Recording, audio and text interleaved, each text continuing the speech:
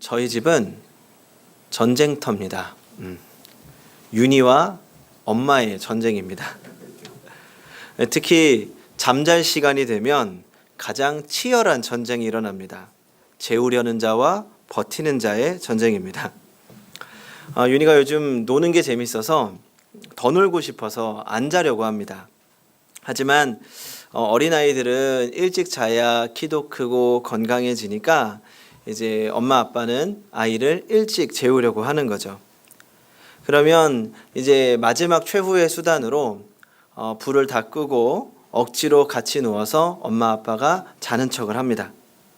그러면 옆에서 윤희는 누워서 한참 동안이나 혼자 노래를 부르다가 자고 있는 엄마를 두드립니다. 엄마, 자? 엄마, 같이 노래 부르자. 그러면 엄마는 또 화가 나서 일어나서 윤희를 재우려고 2차 대전을 벌입니다. 그렇게 한참을 씨름해야 겨우 잠에 듭니다. 이 부모와 자식이 종종 다투는 경우가 있습니다. 이유는 뻔하죠. 자녀가 원하는 것과 부모님이 자녀에게 필요하다고 생각하는 것의 차이에서 시작되는 경우가 많습니다. 부모님과의 많은 갈등은 부모님의 잔소리로부터 시작됩니다. 자식은 부모님의 잔소리가 옳다는 걸 알지만 듣기 싫습니다. 시간이 한참 지나서야 부모님이 나를 정말 생각해서 하셨다는 것을 깨닫는 건 한참 뒤입니다. 부모님과 자식과의 문제만은 아닌 것 같습니다. 우리가 하나님께 원하는 것과 하나님께서 우리에게 주시려고 하는 것은 종종 차이가 있습니다. 때로는 그것이 이해가 되지 않고 당황스러울 때도 있습니다. 오늘 말씀에 등장하는 주님의 모습에서도 발견할 수 있습니다. 가버나움이 무척 소란스럽습니다. 그곳에 예수님이 계십니다. 예수님은 그 가운데서 어디론가를 향해 바쁘게 걸어가고 계셨습니다. 왜냐하면 회당장 야이로의 딸이 다 죽게 되어서 그 딸을 치료하기 위해 서둘러 야이로의 집으로 가고 계셨습니다. 한시가 급한 상황입니다. 일촉즉발입니다. 그런데 야이로의 집을 향하시던 예수님께서 갑자기 걸음을 멈추셨습니다. 야이로의 딸이 다 죽어가는 급한 시간에 예수님은 왜 가던 길을 멈추셨을까요? 오늘 예수님이 멈추신 이유를 생각해 보면서 예수님이 우리에게 원하시는 것이 무엇인지 생각해 보려고 합니다. 12년 동안 혈류증을 앓던 여인이 있었습니다. 혈류증은 여인들이 걸리는 병으로 이 월경이 멈추지 않는 병입니다. 예수님의 소문을 들은 여인은 예수님만이 자신의 병을 고칠 수 있다고 확신했습니다. 그리고 예수님을 찾아 어렵게 무리로 끼어들어 예수님의 뒤로 조심스럽게 다가갔습니다. 예수님은 여인의 마지막 희망이었습니다. 사람들을 물리치고 겨우 예수님의 뒤로 다가간 여인은 예수님의 옷가에 손을 댈 수 있었습니다. 영어 성경에 보면 edge of his garment라고 되어 있는데 이스라엘 사람들은 옷의 4가장자리에 옷술을 달았다고 합니다. 여인은 필사적으로 예수님의 옷을 손을 대려고 했지만 옷도 제대로 만지지 못하고 옷의 가장 가장자리에 있는 옷술을 겨우 스치듯이 만질 수 있었습니다. 그 순간 무슨 일이 일어났을까요? 그 믿음은 놀라운 기적을 일으켰습니다. 12년 동안 여인을 괴롭혔던 혈류병이 깨끗하게 나았습니다. 성도 여러분, 우리 모두에게 이 여인과 같은 믿음이 있기를 소망합니다. 간절한 마음으로 주님의 옷깃을 스치기라도 하는 마음으로 주님을 붙잡을 때 주님은 우리의 기도에 응답하시고 믿음은 기적의 통로가 될 것입니다.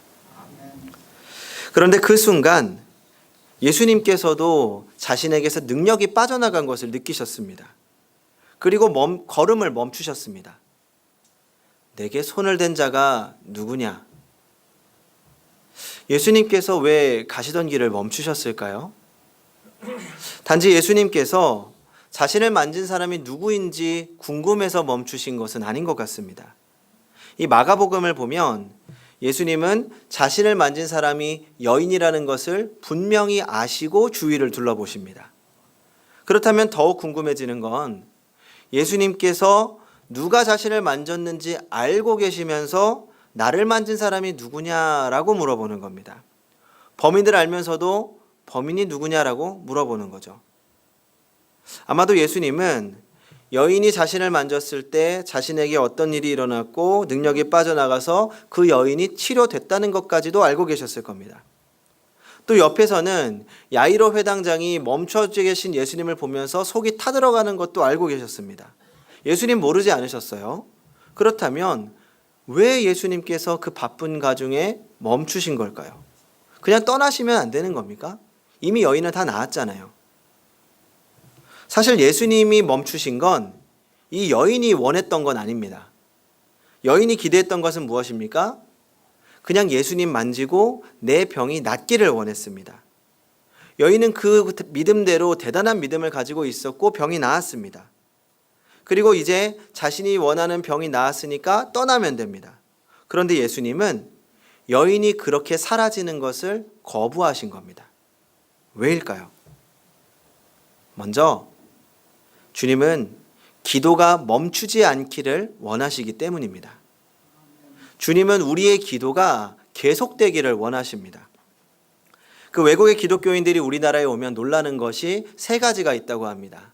첫째는 밤하늘에 십자가가 많은 것이고, 두 번째는 교회 옆에 술집도 같이 많은 것이고, 세 번째는 새벽 기도를 하는 사람들이라고 합니다. 그만큼 우리나라 사람들은 기도를 많이 합니다. 일주일에 한 번 예배 드리는 것 아쉬워서 수요일에 모이고, 수요일하고 주일 사이에 금요일에 모여서 기도하고, 그것도 아쉬워서 매일 새벽 기도를 합니다. 수험 기간이 되면 특별히 더 많은 분들이 새벽 기도를 나옵니다. 그런데 재미있는 건 수험 기간이 끝나면 새벽 기도 출석률이 상당히 차이를 보이는 겁니다.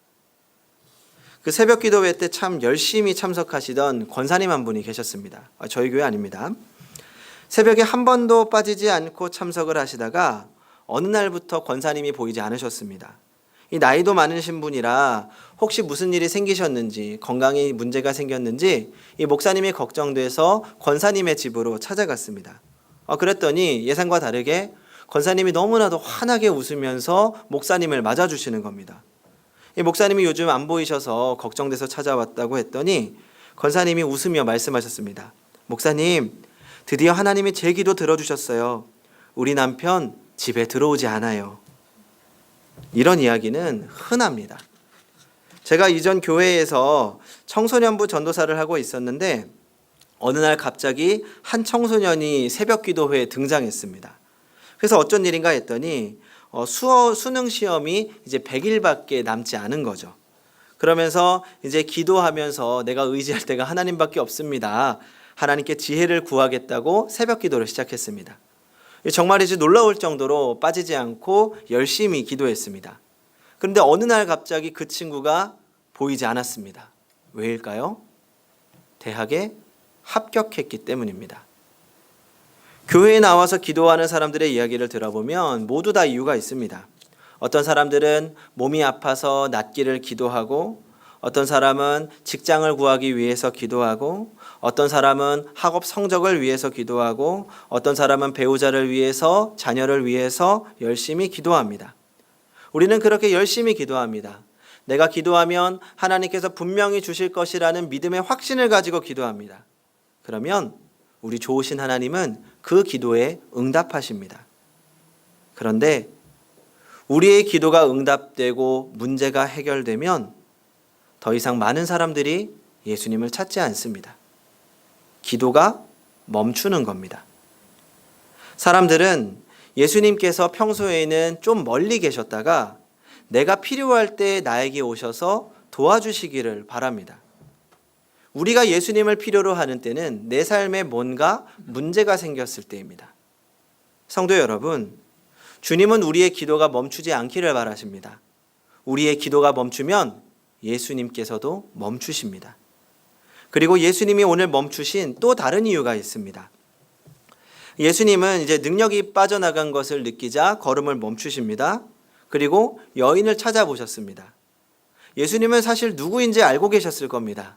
하지만 지목해서 너 나와 하지 않으셨습니다. 누가 내게 손을 댄 것이냐 물으시고 기다리셨습니다. 그러자 여인은 예수님 앞에 내가 도저히 숨길 수 없다는 것을 알고 예수님 앞으로 두려운 마음을 가지고 조심스럽게 나왔습니다. 그리고 자신이 이런 일을 할 수밖에 없었던 이유와 자신의 그동안에 어려웠던 형편, 지금의 처지, 마음을 그리고 자신이 깨끗하게 나았음을 조심스럽게 고백합니다. 여인의 고백은 사실 쉬운 고백이 아닙니다.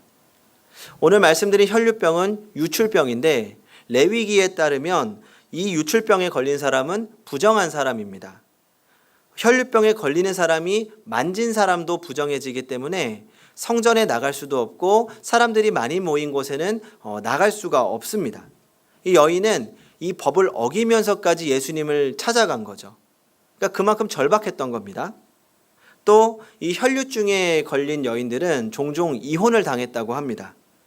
혈류증에 걸린 사람과 만지기만 해도 부정해지는데 당연히 잠자리는 가질 수가 없는 겁니다.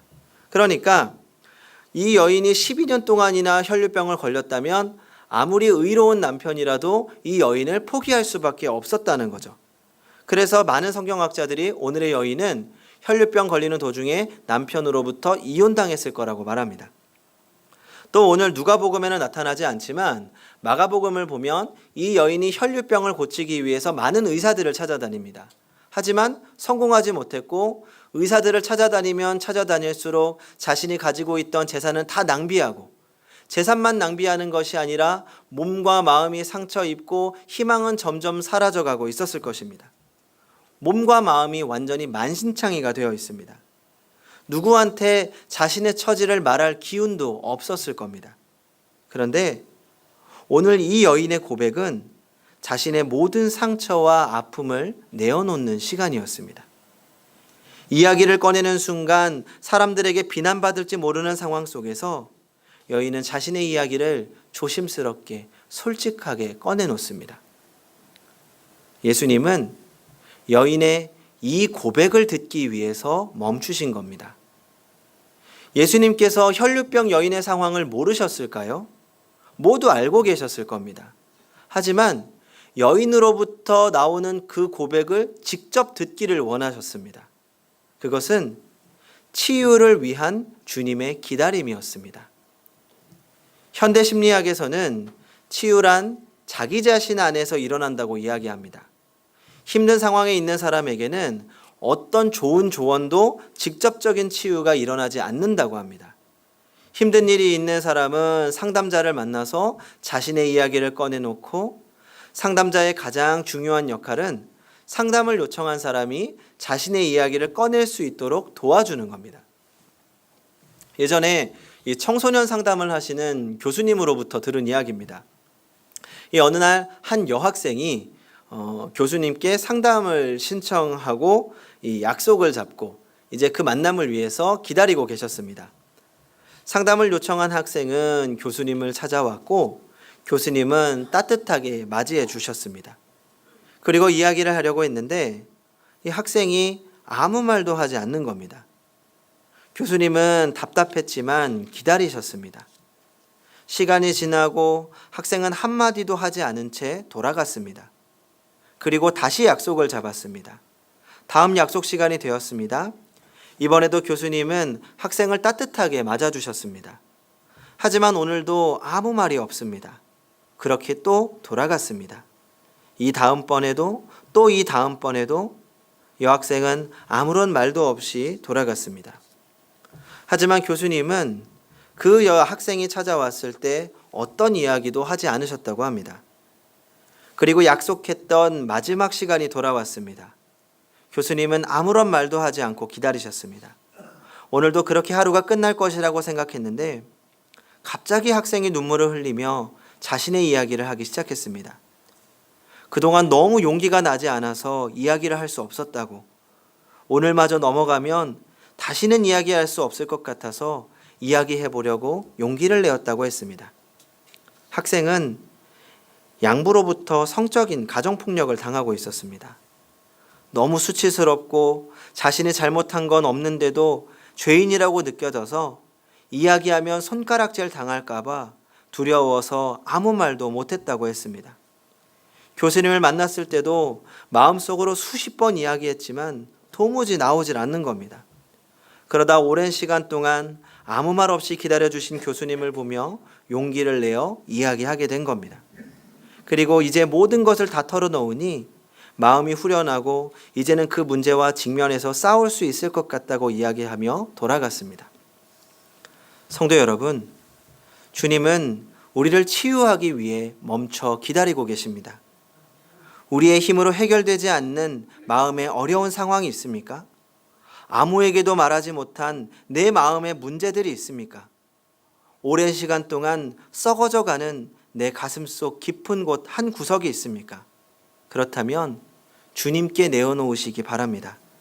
주님께서 들어주시고 위로하시고 치유해 주실 것입니다. 자신의 모든 과거와 현재의 고통을 고백한 이 여인의 귀로 자신이 상상할 수 없는 예수님의 음성이 들렸습니다. 딸아, 내 믿음이 너를 구원하였느니라. 예수님이 멈추신 가장 큰 이유입니다. 딸아, 내 믿음이 너를 구원하였느니라. 예수님은 바로 이 말씀을 해주시기 위해서 멈추신 겁니다. 예수님께서 처음 보는 여인을 향하여 딸이라고 부르신 것은 단순한 친근감 이상의 표현입니다. 예수님은 단지 여인이 바라는 치유를 이루신 것뿐만 아니라 더 깊은 관계로 들어가기를 원하셨습니다. 딸아라고 부르신 것은 이제 너와 나는 타인이 아니라 너와 나는 인격적인 관계가 성립되었다는 겁니다. 그리고 말씀하십니다. 내 믿음이 너를 구원하였느니라 평안히 가라. 예수님은 내 믿음이 너를 고쳤다고 말씀하지 않고 너를 구원했다고 말씀하고 있습니다. 이것은 육신의 구원만이 아닌 마음의 구원, 영혼의 구원까지 포함한 전인적인 구원을 말합니다. 여인이 예수님께 원했던 것은 단지 육체적인 나음이었지만 주님은 여인이 원했던 것, 여인이 상상했던 것 이상의 것을 주십니다. 마음을 치유하셨고 영혼을 치유하셨습니다.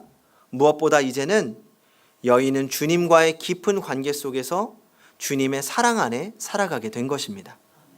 주님은 우리가 원하는 것 이상으로 우리에게 필요한 것을 채워주시는 자상한 분이십니다. 수년 전 한 유명한 골프 선수가 사우디아라비아 왕의 초대를 받았습니다. 왕은 자신의 전용 비행기를 미국까지 보내 그를 데려왔습니다. 둘은 며칠 동안 골프를 즐기며 즐거운 시간을 보냈습니다. 골프 선수가 돌아갈 때가 되자 왕은 비행기에 오르려는 그를 세워놓고 물었습니다. 귀중한 시간을 내서 저를 찾아주셨으니 선물을 드리고 싶습니다.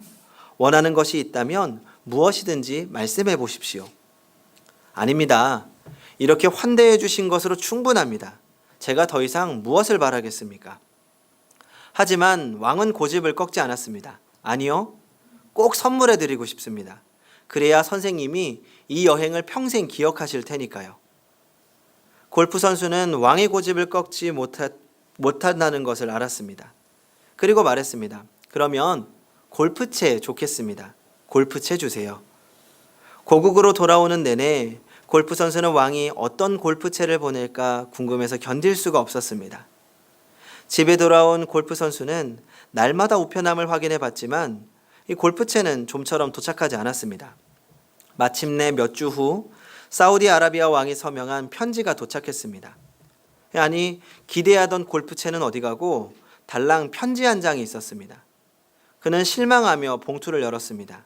그 안에는 미국에 있는 커다란 골프 코스를 선물로 주는 기증서가 들어 있었습니다.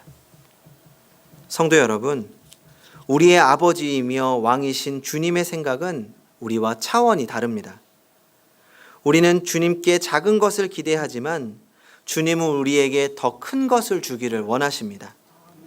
예수님은 지금도 우리에게 말씀하십니다. 지금 내게 기도하는 자가 누구냐? 예수님은 우리와 더 깊은 관계로 들어가기를 원하십니다. 오늘의 여인은 주님의 일부를 원했지만 주님은 자신의 전부를 주셨습니다. 이제 우리 모두 주님 앞으로 나아갑시다. 단지 우리의 필요를 구하는 것이 아니라 주님의 전부를 구하고 예수님과의 인격적인 만남을 위해 기도하시기 바랍니다. 주님은 지금 이 자리에서 우리를 위해 멈춰 서 계시며 우리에게 말씀하기를 원하십니다. 딸아, 아들아, 내 믿음이 너를 구원하였느니라. 평안히 가라. 기도하겠습니다. 언제나 우리에게 최고의 것을 주시는 주님 감사합니다. 우리가 이해할 수 없는 상황 가운데에서도 가장 좋은 것을 준비하고 기다리시는 주님 감사합니다. 우리가 주님께 구할 때 우리의 고통과 우리의 유익을 위하여 간구할 때가 많이 있습니다. 그런 연약한 기도 가운데에서도 응답하시고 채워주시는 은혜를 감사드립니다. 하지만 주님이 우리에게 원하시는 것이 더 큰 것임을 깨닫게 하여 주시옵소서. 영혼의 구원과 마음의 구원과 무엇보다 주님과의 인격적인 관계 속에서 주의 사랑 안에 머물며 살게 하여 주시옵소서. 그렇게 살아가는 동안 주님의 전부를 누리며 살게 하여 주시옵소서. 예수님의 이름으로 기도합니다. 아멘.